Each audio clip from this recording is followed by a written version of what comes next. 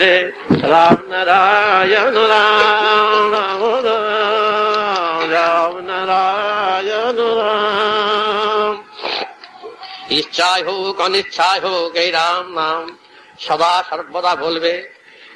এখানে কোন রকম কোনো কিছু নেই, সংস্কার নেই, কোনো কিছু নেই, সবার পক্ষে প্রযোজ্য।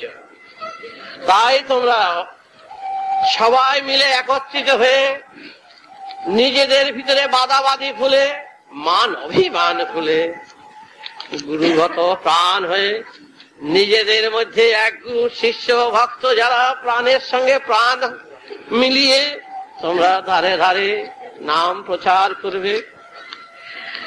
এর চেয়ে বড় সেবা আর কিছু নেই। তাই তোমরা যারা সন্তান হয়েছ, যারা রক্তের সঙ্গে সে মিশে রয়েছ, তোমরা আর কিছু নয়। আমি থাকি বা না থাকি, কিন্তু নাম রইল, প্রেম রইল, বেদ রইল, রইল আমার ভালোবাসা এবং আশীর্বাদ। তা নিয়ে তোমরা জীবনের চলার পথের পাথেয় হিসাবে তোমরা এগিয়ে চলবে। তোমাদের আর কিছু প্রয়োজনতা হবে না। তাই জীবনের যাত্রার পথে শত বাধা বিঘ্ন অতিক্রম করেই চলতে হবে। রোগ শোক দুঃখ ব্যথা বেদনা এদের সাথী, এদের ঝেড়ে পুছে কোনোদিনই কেউ ফেলতে পারেনি, পারে না।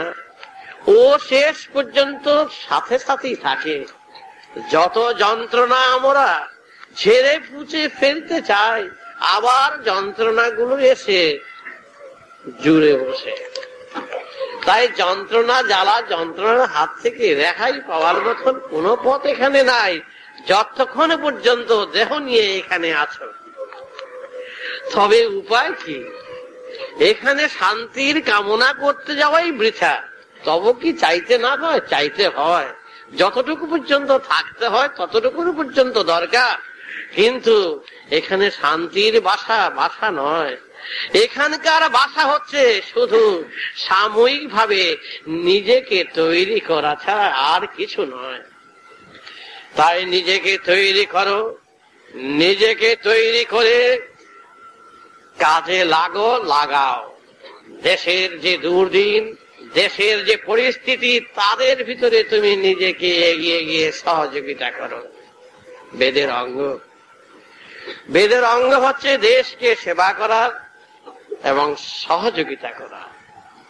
তোমরা সর্বাগ্রে দেশের দুর্দিন, যেখানে দুর্নীতি, সেখানে হস্তক্ষেপ করবে। তোমরা দেহ নিয়ে যে কদিন এই পৃথিবীতে আছো, এই দেহের যেন অমর্যাদা না হয়। এই দেহ যেন অযথা শুধু এই কান্নাকাটি আর এই ক্লেদ পরে এইরকম ক্লেদ পঙ্কিলতার মাঝে যেন জড়িয়ে থেকে না থাকে। ও থাকে জড়িয়ে, কিন্তু আমরা সেই ক্লেদ পঙ্কিলতাকেই যেন সার করে নিয়ে সুন্দরভাবে ফুটে বার হতে পারি। তারই প্রচেষ্টা আমরা সব সময় করব।